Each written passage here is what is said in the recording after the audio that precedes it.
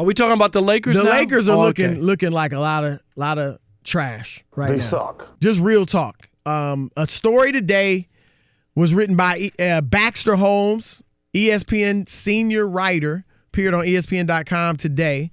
It's called Lakers 2.0, the failed reboot of the NBA's crown jewel. And it is I don't even know how long it is, but it's long. And it is a detailed.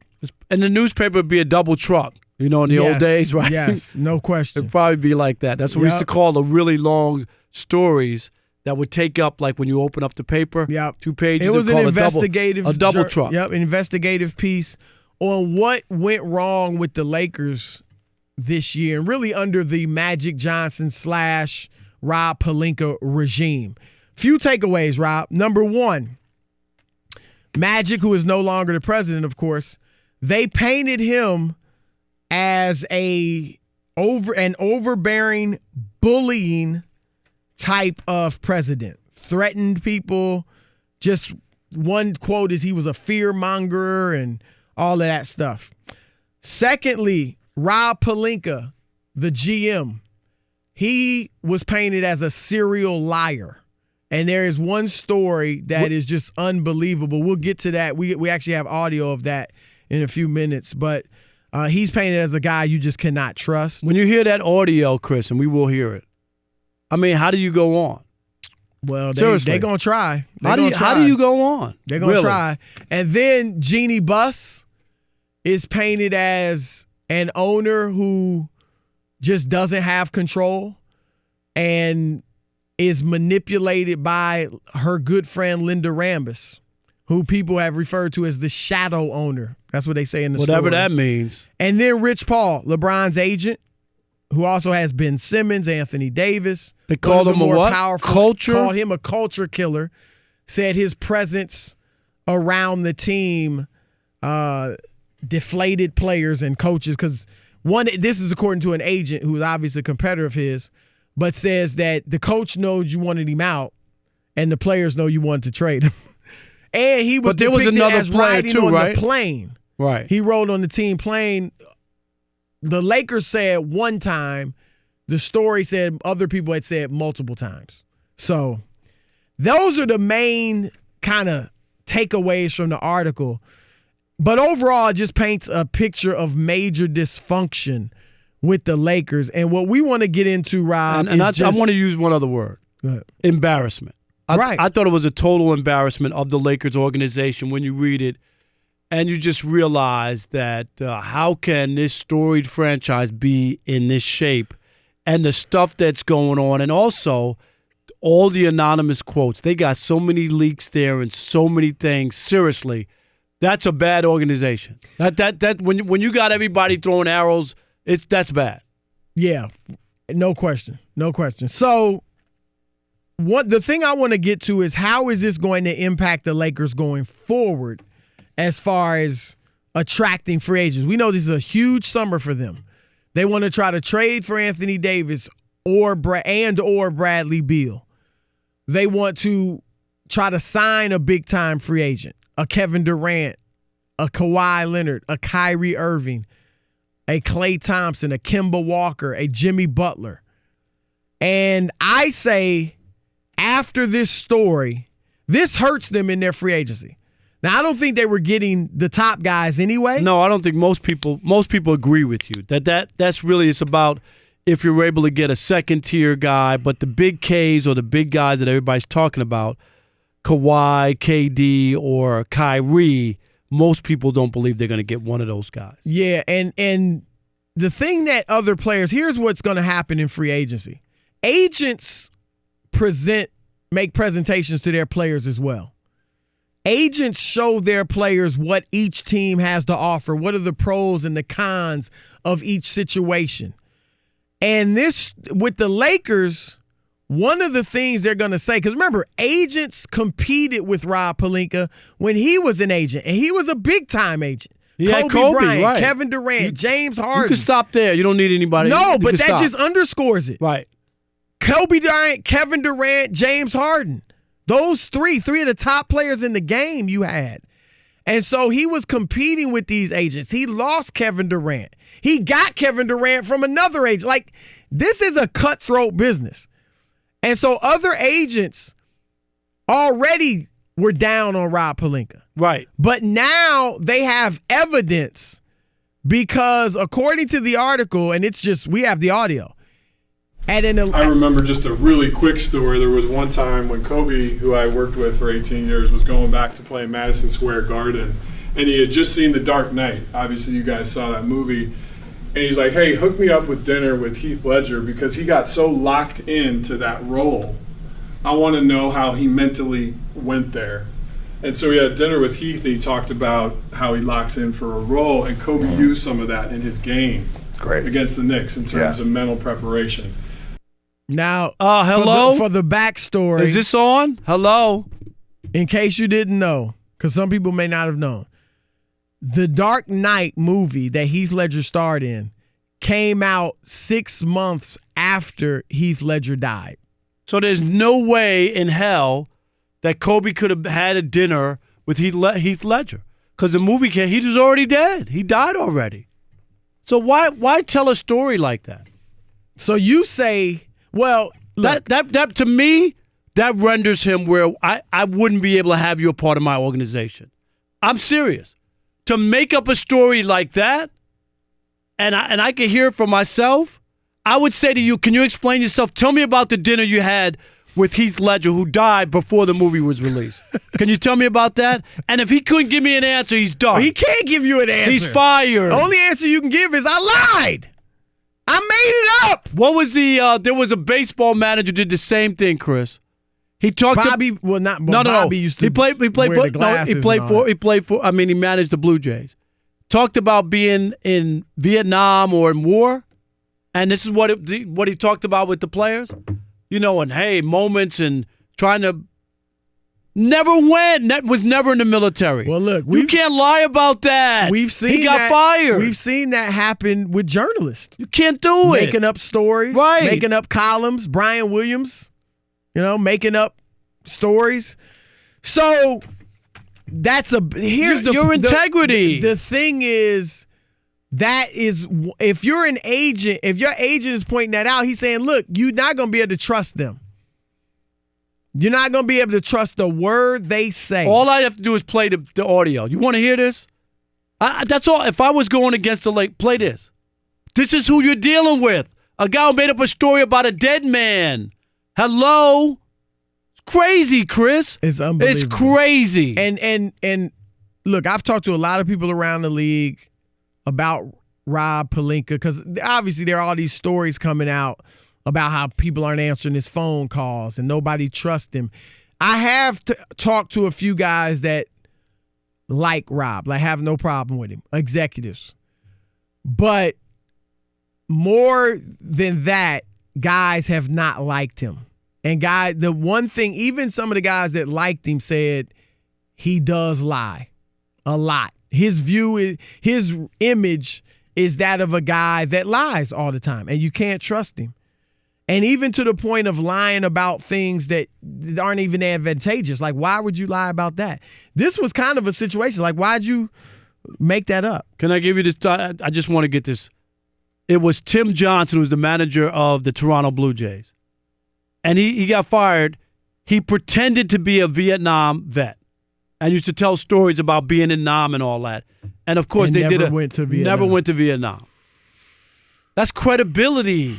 You can't do that. Rob Pelinka, what are you? How are you making up you're making up a story of having dinner with somebody who was already dead? Well, Kobe having dinner with him. Right. Yeah. No, it's an embarrassment. It's a mess. And no one the interesting thing, Rob, 3 months ago everybody was jumping on LeBron James.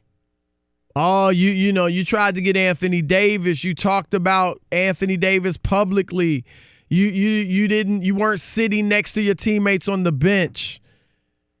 LeBron James is the least of their worries. He still was a problem this past year. Yeah, but LeBron James I don't want to give him a pass. No, I'm giving a pass or not. We'll disagree LeBron on this. James I'm not doing that. Is the one thing the Lakers have going for them. No, I don't believe that. How not? I totally disagree with that. How Because not? there are players who don't want to play with LeBron. Who? don't want to be Who? here. I mean, Chris, I don't have an exact quote, but you hear from their camps. You've heard Kawhi Leonard's not interested. He's interested in the Clippers. I haven't heard that. I've talked to Kawhi Leonard's camp. I honestly have not heard that. And they said he was going to come to the Lakers? No, they didn't say he was coming to the Lakers. They didn't KD's say coming? he's against playing with the Lakers. All I'm saying you is... made a statement. I'm telling you, I've talked to people close to Kawhi who said he wants to be in L.A., whether it's the Clippers, whether it's the Lakers. They've told me he's not looking at trying to start no super team, but he wants to be in L.A. I haven't heard he doesn't want to play with LeBron. And I'll tell you this, and the way that his teammates reacted after LeBron publicly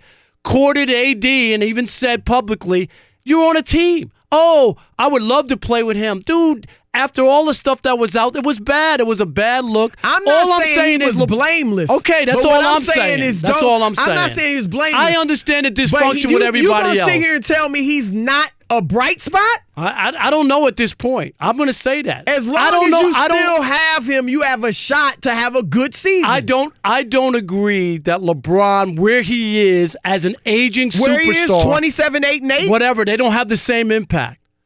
He, as an aging star, 27, 8, I'm not 8 saying impact. Look next to that garbage, the rest of the garbage of the franchise. You might say LeBron smells good and looks good. The one bright spot. All right, but I'm not sitting here saying LeBron James is going to the stuff that he didn't matter last year. It did hurt the organization as well. Well, and it helped it too, because if he had stayed healthy, they were in the 4th seed, 2 games out of first. I'm not buying that. You could say that all you want. You don't have to buy it. It's I'm a not fact. buying it. I'm not buying it. They were 2 games out of 9. Stop and that. they were 2 games out of 1. I'm just stopping all that. That was back in December. When he came back, Chris, he sucked. And the team sucked. 27. He played. They couldn't beat any good team. You just said he sucked. He sucked because they couldn't win games. How in the world can a player Stop with giving him a pass? 8 and 8? I don't care. They lost to Memphis. They lost to the Suns. They lost to Atlanta.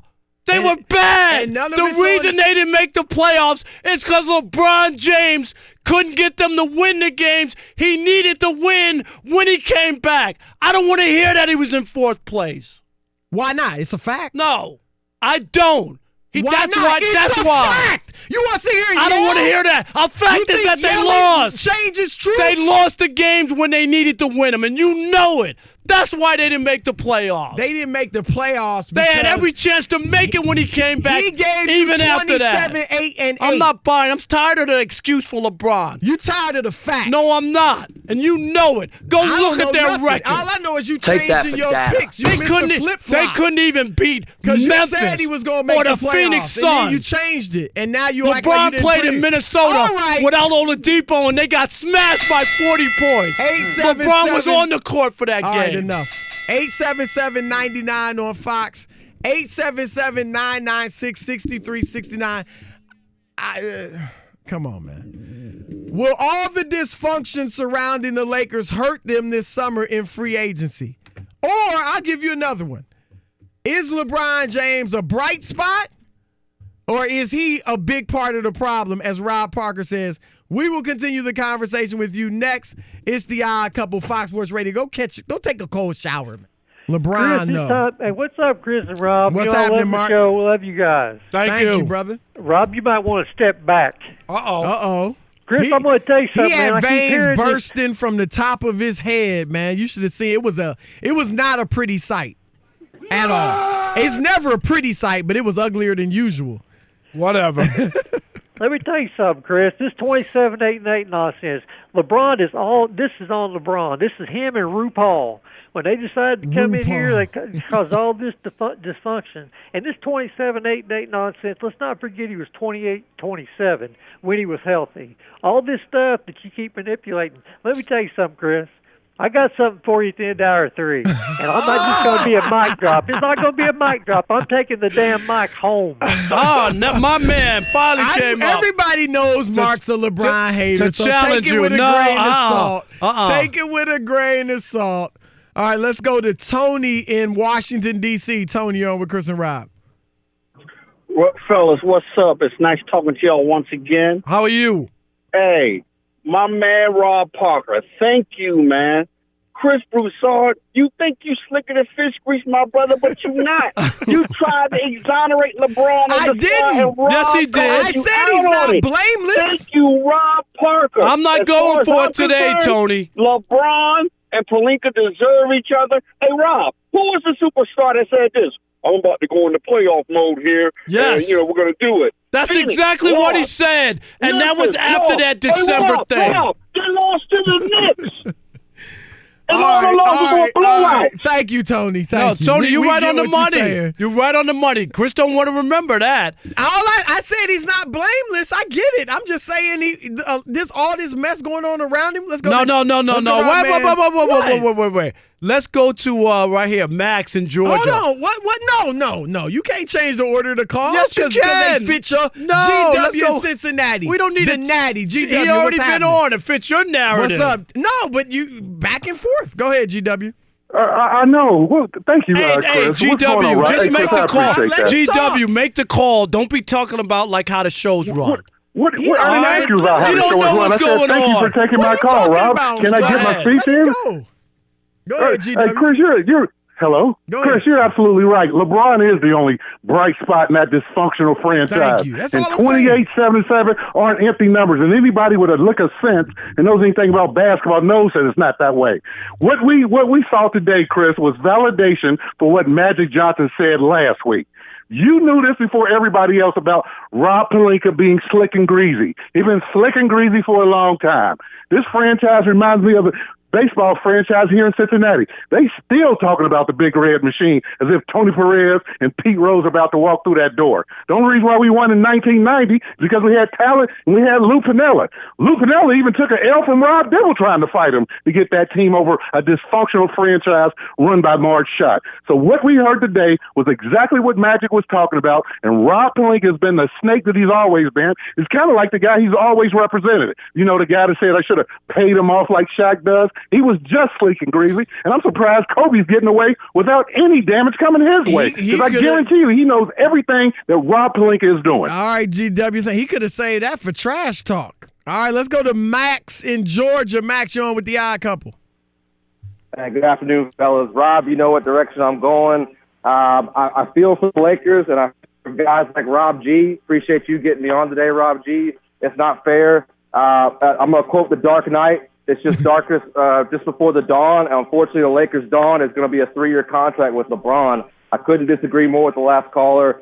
You got dysfunction all around. LeBron's career, every franchise he's been in, he's brought dysfunction or he's created it. So I know the Lakers have been a mess, but they weren't this much of a mess. And to have Magic cry and quit, LeBron told us, he said, I'm surprised Magic didn't send me a text and cuss me out. He already told us what we already know. And I just think the dysfunction's real. And I respect you, Chris, and your knowledge, but I got to go with Rob again. I got to say Rob's right on this one. There's no doubt that the Lakers are in for a long haul of trouble. All right. Thank you, Max. Appreciate it, Max. Thanks for the call.